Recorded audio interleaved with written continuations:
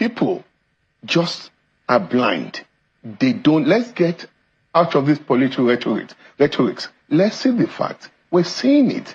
The country is much better. It's more safer. There's increased prosperity in the country. I'm telling you, our macroeconomic indicators are much better. I didn't make it. The president did not make it. Look at the GDP growth. Look at the report that came out from the National Bureau of Statistics, that those reports are subjected to international standards. Goldman Sachs, everybody, those are the reports they look and comb through every time.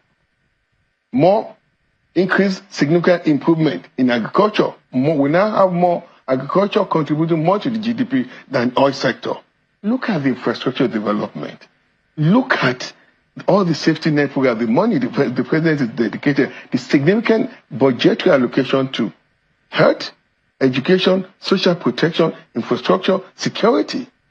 So let's face it. I know you're an empirical analyzer and you're a scholar. You're coming from that sector, and it's easy for you to look at things in a more didactic and in a more empirically fact-based scenario.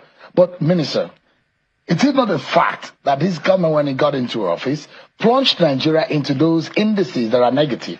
And yes, the figures are getting better in the last 1 year. Okay. But what about the fact that have we forgotten that this government plunged Nigeria into all of the reds that we are seeing economic-wise? Shame, with all due respect to you, what you just said, absolutely false. Okay. The country was on the verge of bankruptcy. This president literally saved this country from bankruptcy. Look at it. I'll give you in a more microcosmic picture. We're spending money that we did not have, subsidizing fuel subsidy to the tune of almost $1.2 billion a month.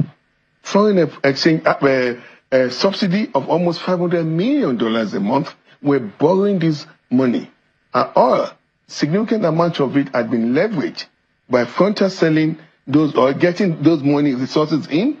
Now, look at yourself, look at your household today.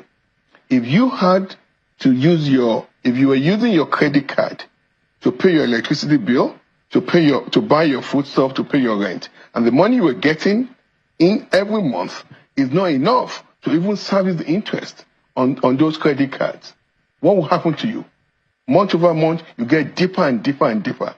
And this president decided that he would take those difficult decisions so that we will it's like taking short-term pain for long-term benefit. And that's what we're seeing. Now investors are coming in. There was significant capital flight from the country. No one was investing. Now it's changed. People are coming, and as you see president travel all across the country that is going to, this is a different way of government conducting businesses.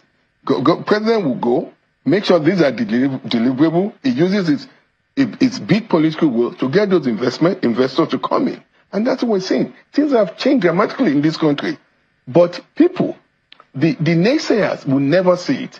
But guess what? The country is getting better day by day.